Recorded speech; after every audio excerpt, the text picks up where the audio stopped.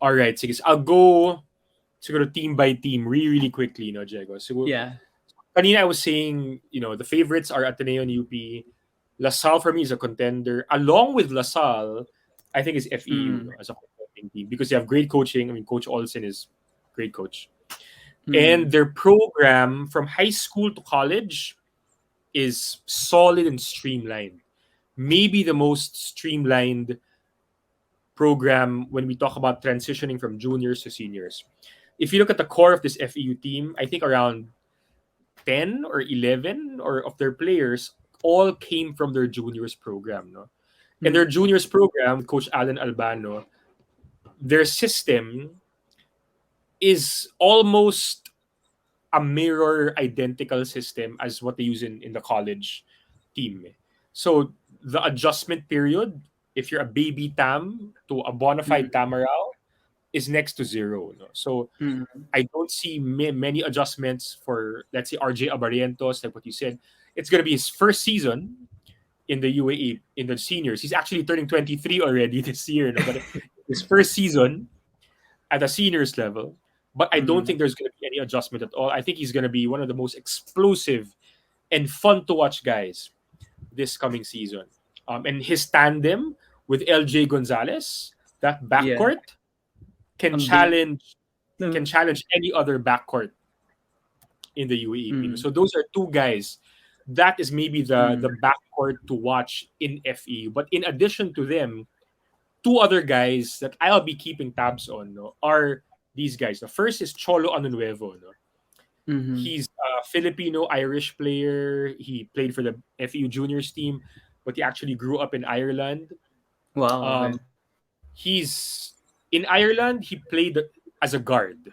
Mm-hmm. In FEU, he was converted to a mobile four. I remember his first year in the Philippines playing for FEU. All he could really do was dunk and rebound.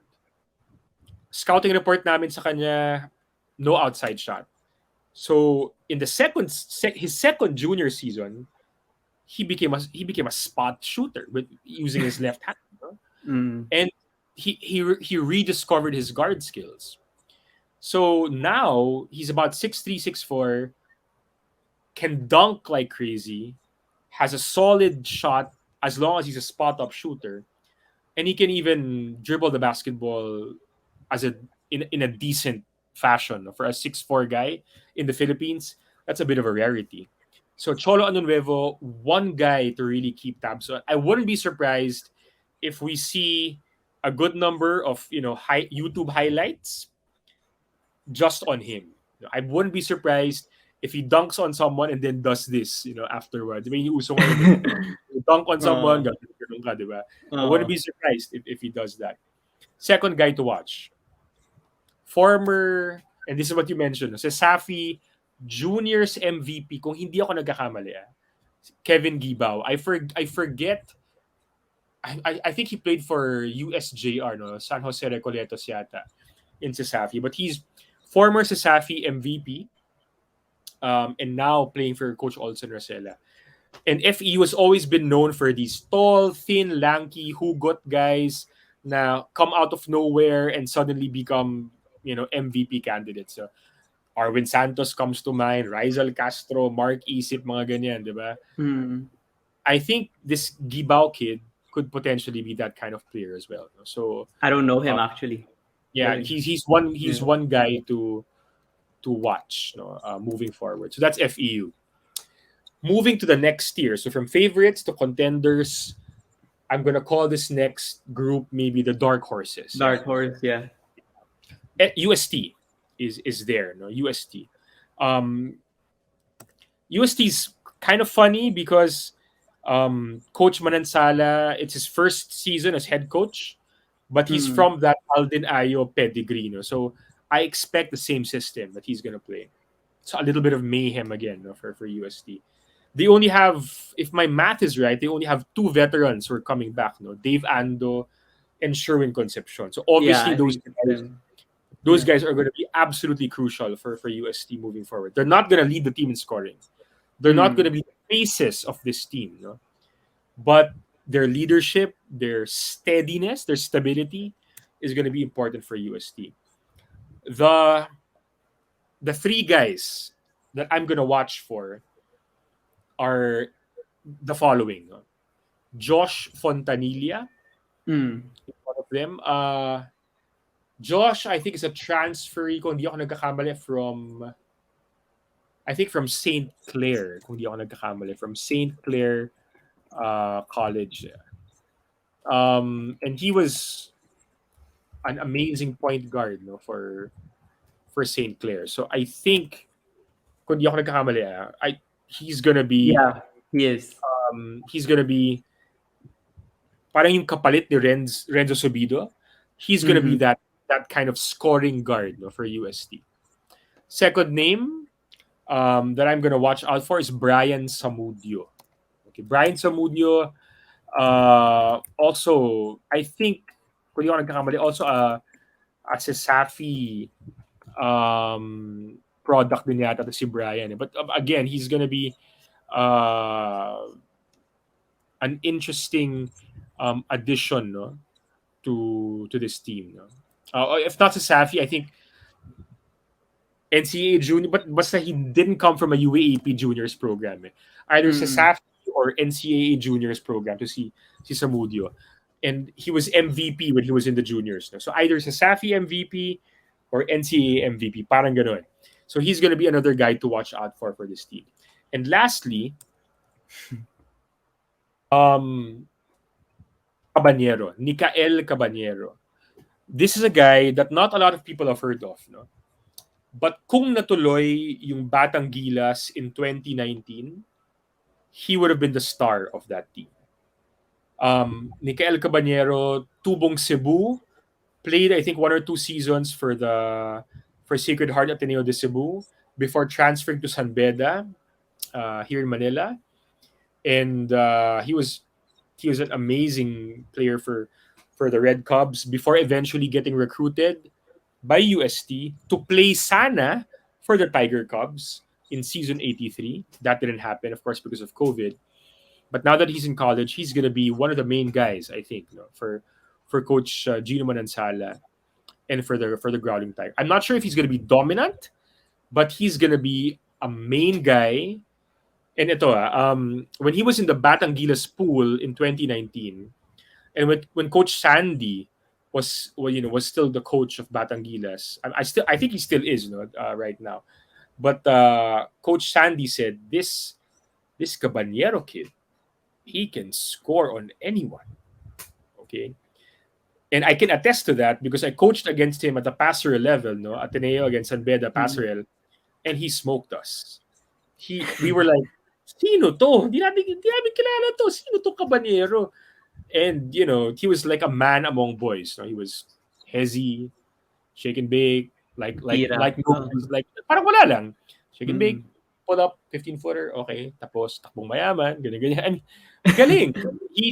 He's gonna be a revelation for UST. So watch out for that kid, no? Nicael Cabanero. Kasama ng UST in the dark horses, I think, is NU. NU, I don't think they have the depth to break into the top 4, but they have a lot of experience. No? We're talking about Sean Ildefonso, who I think is going to be maybe the scoring leader, definitely the vocal leader of this team. You have John Lloyd Clemente, who I think is poised to have a breakout season for NU. I think you have Isa Gaya back for another round as well for this team. I hope he's going to have better production this time around.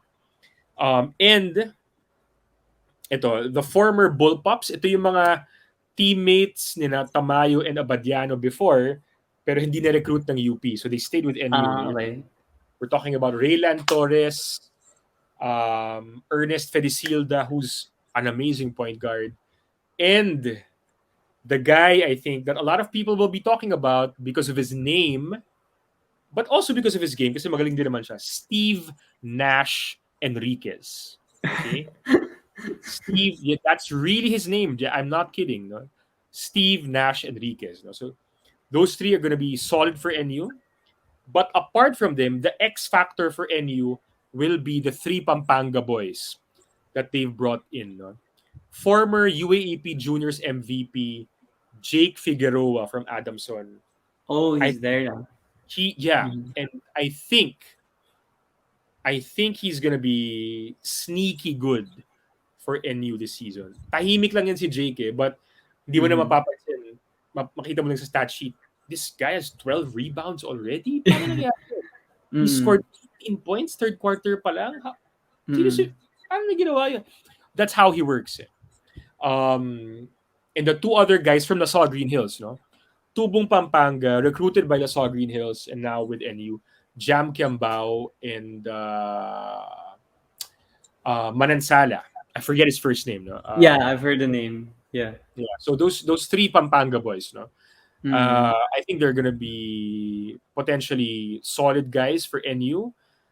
If Figueroa has an explosive season, if Mhm. Ildefonso and Clemente also have explosive seasons, and let's say Isagaya becomes a league leader in rebounds and or blocked shots, then maybe NU can make the Final Four. No? But right now they're one of the dark horses, I think.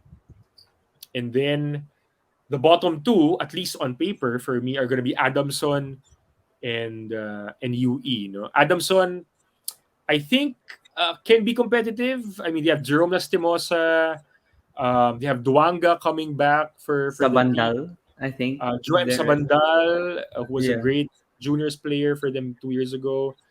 One of our former players in the Eaglets, no, Joaquin Haimalin, is going to Yeah, be there Haimalin's there. as well. So they have some good young pieces. But if we're talking about size and depth and experience, parang kulang pa eh. But Kulang, with Nash Rosella there, he's a good coach for young players. I think he's gonna be able to work with these young kids, make sure they improve every game. But whether that will translate into enough wins to challenge for a Final Four spot, parang I don't think so. Then lastly, UE, no? Medyo unfortunate yung UE kasi I think the foreign athlete that they were supposed to have parang went to his home country promising to come back but did not come back. Parang ganun yung story eh. Wasn't that the So, UST one? I think UST yata. oh, was that UST? Yeah, I think that was UST pala, UST pala. So Yeah. itong UE will be purely local players, no? Ah, So okay. we'll see. As far as I know, Oo. So we'll see how it goes for you. If they have a foreign athlete, then that's a surprise for me. But even if they do, I don't think they can go very very far. No, and I mean, all props to Coach Jackson Chago. He's a good coach. He can develop players, but I'm not sure he has a lot to work with uh, in this UE team. There are some interesting names, no? Antiporda, formerly from Chiang Kai-shek, was a big scorer in high school. We'll Mhm. see if he can translate that this season. Harvey Pagsanghan, also a big Yeah, scorer for Pagsanhan. Christian before. We'll Mhm. see if he can translate that this season. No, he's a pretty uh, good scorer, but at this level against bigger opponents, tingnan natin. He did make a big impact in season 82. I think that was his first season. So we'll see kung makabawi siya ngayon no. For this season. Clint Escamis is also there, so that's a big name from the NCAA juniors before. So there's some interesting names here for UE. But if you compare their depth and their size with and their experience with the other teams, especially the Ateneos and UPs and LaSalle's and FEUs, I think talagang medyo dehado ang UP entering this season, Diego. So those are my tiers. No, you have the favorites, Ateneo and UP. Contenders, FEU and LaSalle.